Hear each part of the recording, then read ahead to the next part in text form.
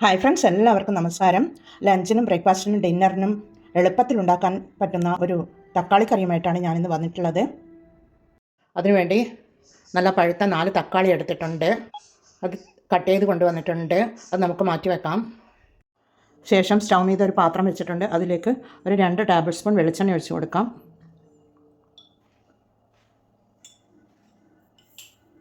ഒരു ടീസ്പൂൺ കടുകിട്ട് കൊടുക്കാം. 1/2 ടീസ്പൂൺ ജീരകം ഇട്ട് കൊടുക്കാം. അത് അവിടെ നിന്ന് പൊട്ടി വരട്ടെ. കടുക് പൊട്ടിയതിന് ശേഷം ഒരു 3 പച്ചമുളകാണ് അതിട്ട് കൊടുക്കാം. അതിനുശേഷം ഒരു കഷ്ണം ഇഞ്ചിയും ഒരു 4 അല്ലി വെളുത്തുള്ളിയും കൂടി ചതച്ചതാണ് അതിട്ട് കൊടുക്കാം.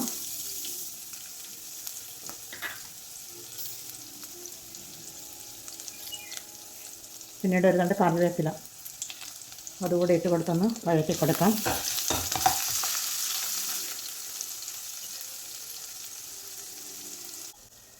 പിന്നീട് ഒരു വലിയ ഉള്ളിയാണ്, നീളത്തിൽ കട്ട് ചെയ്തതാണ്, അതിട്ട് കൊടുക്കാം.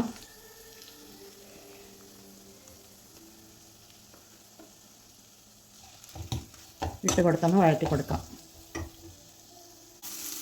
ഉള്ളി ഒന്ന് പെട്ടെന്ന് വഴന്ന് കിട്ടുവാൻ വേണ്ടി ഒരു 1/4 ടീസ്പൂൺ ഉപ്പിട്ട് കൊടുക്കാം. ഒന്ന് ഇളക്കി കൊടുക്കുന്നുണ്ട്. പിന്നീട് 1 മിനിറ്റ് നമുക്ക് മൂടിയിട്ട് വെച്ച് കൊടുക്കാം. 1 മിനിറ്റ് മൂടിയിട്ട് വെച്ച് കൊടുത്തിട്ടുണ്ട്. ഇവിടെ ഉള്ളി ഒന്ന് പകുതി വഴന്ന് വരുമ്പോൾ നമുക്ക് പൊടികൾ ഇട്ട് കൊടുക്കാം. ഒരു 1/2 ടീസ്പൂൺ മഞ്ഞൾ പൊടി ഇട്ട് കൊടുക്കുന്നുണ്ട്. അതിനുശേഷം 1 ടീസ്പൂൺ മുളക് പൊടിയാണ്, സാധാരണ മുളക് പൊടിയാണ് ഇട്ട് കൊടുത്തിട്ടുള്ളത്. പിന്നീട് 1 ടീസ്പൂൺ മല്ലിപ്പൊടിയാണ്. പിന്നീട് ഒരു 1/4 ടീസ്പൂൺ ജീരകപ്പൊടിയാണ്. അതുകൂടി ഇട്ട് കൊടുത്ത് നമുക്കെല്ലാം കൂടി ഒന്ന് ഇളക്കി കൊടുക്കാം.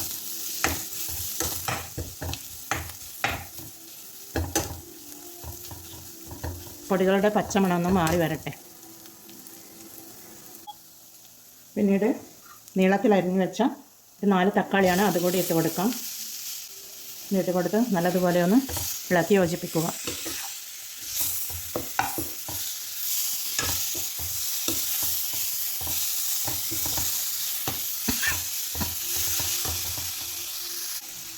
ഒരു 3/4 ടേബിൾ സ്പൂൺ ഉപ്പിട്ട് കൊടുക്കാം. 1/4 ടീസ്പൂൺ ആദ്യം ഞാൻ ഇട്ടിരുന്നു. മൊത്തത്തിൽ 1 ടേബിൾ സ്പൂൺ ഉപ്പിട്ട് കൊടുത്തിട്ടുണ്ട്. ഈ തക്കാളി ഒന്ന് നല്ലതുപോലെ ഉടഞ്ഞു കിട്ടുവാൻ വേണ്ടി ഒരു 2 മിനിറ്റ് നമുക്ക് മൂടിയിട്ട് വെച്ച് കൊടുക്കാം.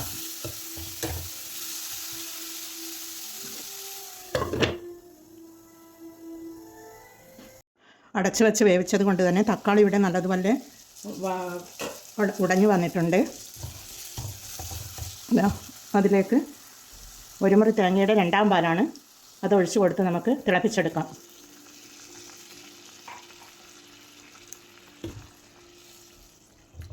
അതിലൂടെ നമുക്ക് ഉപ്പുണ്ടോ എന്ന് നോക്കാം. ഇപ്പോൾ കറക്റ്റ് പാകത്തിന് ഉപ്പുണ്ട്. ആവശ്യമെങ്കിൽ നമുക്ക് പിന്നീട് ചേർക്കാം. അതൊന്ന് തിളച്ച് വരട്ടെ. മൂടിയിട്ട് കൊടുക്കാം. മൂടി തുറന്ന് നോക്കാം. കറി ഇവിടെ നല്ലതുപോലെ തിളച്ച് വരുന്നുണ്ട്, നല്ലതുപോലെ കുറുക്കി വന്നിട്ടുണ്ട്. ഇനി ഇതിലേക്ക് നമുക്ക് 1ാം പാൽ ഒഴിച്ചു കൊടുക്കാം.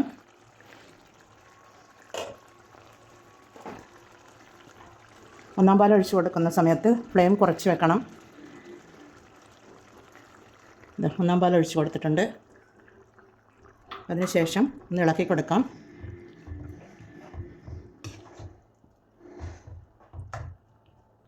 ഒന്നാം പാൽ ഒഴിച്ച് കൊടുത്തു കഴിഞ്ഞ് കഴിഞ്ഞാൽ ഒന്ന് ചൂടായി വന്നാൽ മതി.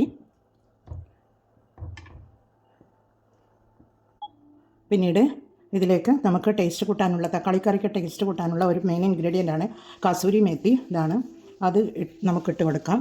അതിനുശേഷം പിന്നെ ഒരു 1/4 ടീസ്പൂൺ, ഒരു പിഞ്ച്, കാല് ഇല്ല, ഒരു ഉലുവ പൊടിച്ചതാണ്, അത് ഇട്ട് കൊടുക്കാം. തക്കാളിക്കറിക്ക് മസ്റ്റായിട്ടും ഉലുവ ചേർക്കേണ്ടതാണ്. ഞാൻ പൊടിയായതുകൊണ്ടാണ് ലാസ്റ്റ് ചേർത്തത്. ഉലുവ മൊത്തമായിട്ട് ആണെങ്കിൽ ഹോളായിട്ട് ചേർക്കുകയാണെങ്കിൽ ഫസ്റ്റിൽ കടുക് വറുത്തിടുമ്പോൾ തന്നെ ചേർക്കാം. എന്നാൽ ലാസ്റ്റ് നമുക്ക് തീ ഓഫ് ചെയ്ത് വെച്ചിട്ടുണ്ട്. നമുക്ക് ഇത് ഇവിടെ കറിയുടെ റെഡിയാണ്. ഇത് മല്ലിയില കൂടെ തൂവിക്കൊടുത്ത് നമുക്ക് സെർവ് ചെയ്യാം.